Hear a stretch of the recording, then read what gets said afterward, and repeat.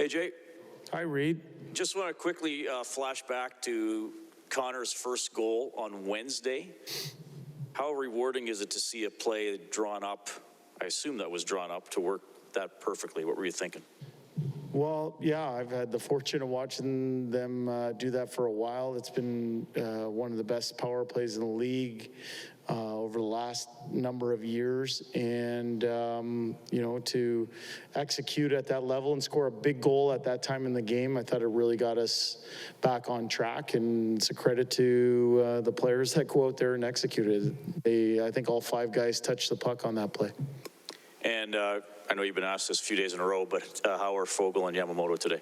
Yeah, they're getting better. They're progressing, and they had a good day on the ice with the full group today. When you guys are playing fast like you like to play, you've talked about that connectivity between your D and your forwards.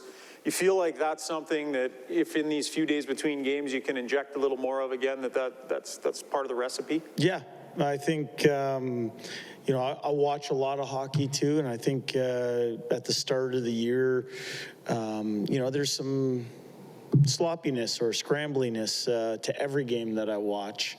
And certainly there's areas to our game where we can be better, and that's one of them for sure.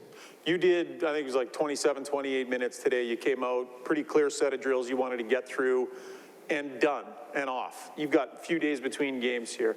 How do you resist the temptation to, you know, go 90 minutes because there's, I'm sure, lots as a coach you want to get to? Yeah, I think it's important to give your players a theme or, you know, something that they can hang their hat on in terms of an area where we can get better.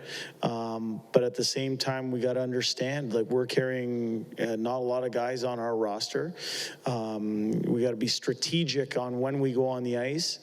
But at the same time, we got to be good when we go on the ice. We don't need to be out there for a long time, but it has to be a good time, and it has to be a productive time. I think that's a belief that we have as a staff, is that, you know, practice is not, it's not the burden you got to get through to get to the important thing. Today, our practice was the important thing, and I thought our guys went out and executed at a high level. I was happy with that. You're almost singing that song. Yeah, almost, yeah. You talked after the playoffs against Calgary how you're confident. You look for your matchups, not so much worried about what they do. They've had 3 significant changes to their roster. You know, Kadri brings a different element. You played against him. How does the matchup change just with the changes of their personnel from what you've seen in preseason video and from your perspective on? Yeah, I think we're about to find out. You know, they're in the forming stage of their early part of their year, and what their team's going to look like and what their playing personality is going to look like with their new pieces. We're a different team too. You know, we've added some pieces that we feel are important for our success. So I think that plays itself out, and I don't think it's something static. It might start one way and then you learn and you make adjustments as you go on. Obviously, you know, they had a good game yesterday, taking advantage of Colorado, who played the night before and came in late. And so we're, you know, to a man, we're gonna, you know, make sure that we're ready for the team that's coming in. Evander Kane was talking about how he feels. You don't want guys to be passengers. That was his message to everybody. You got to get involved in the game somehow. And he's talked about how he's encouraging Puljujarvi to use his big frame more often, be physical. We saw him have 5 hits in game 1, 3 shots. Do you have the same conversation and learn how to use that frame? How do you help a guy learn to use his frame to? I read Speck's article too. I thought it was a good writing, Speck.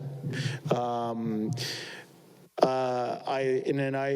thought Evander Kane's words in that article carried meaning, and I think that is something that the coaching staff encourages Yessi alongside his teammates. His teammates do as well. I think they really value that when he's playing a power forward or big man's type of game, that it opens up a lot of ice for other people.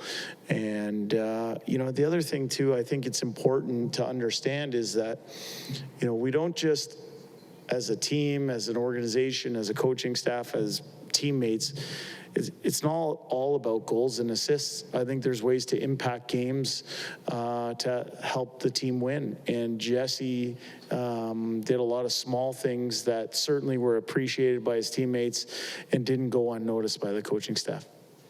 Jake, when Yamamoto comes back into the lineup, because what does he bring to your team, and does he also you need that bit of a pest element to him? I guess is that something that he brings to your squad, and you need that from him? Yeah, it's a little bit of a shot in the arm with some energy, some enthusiasm on the forecheck. I think he does a lot of work for other people. So people enjoy playing with him because he does a lot of those little things that we just talked about with Yessi, just in his own way of doing it. I think he's first on the forecheck a lot. He's got good stick. He's a short-handed threat. He plays on the power play.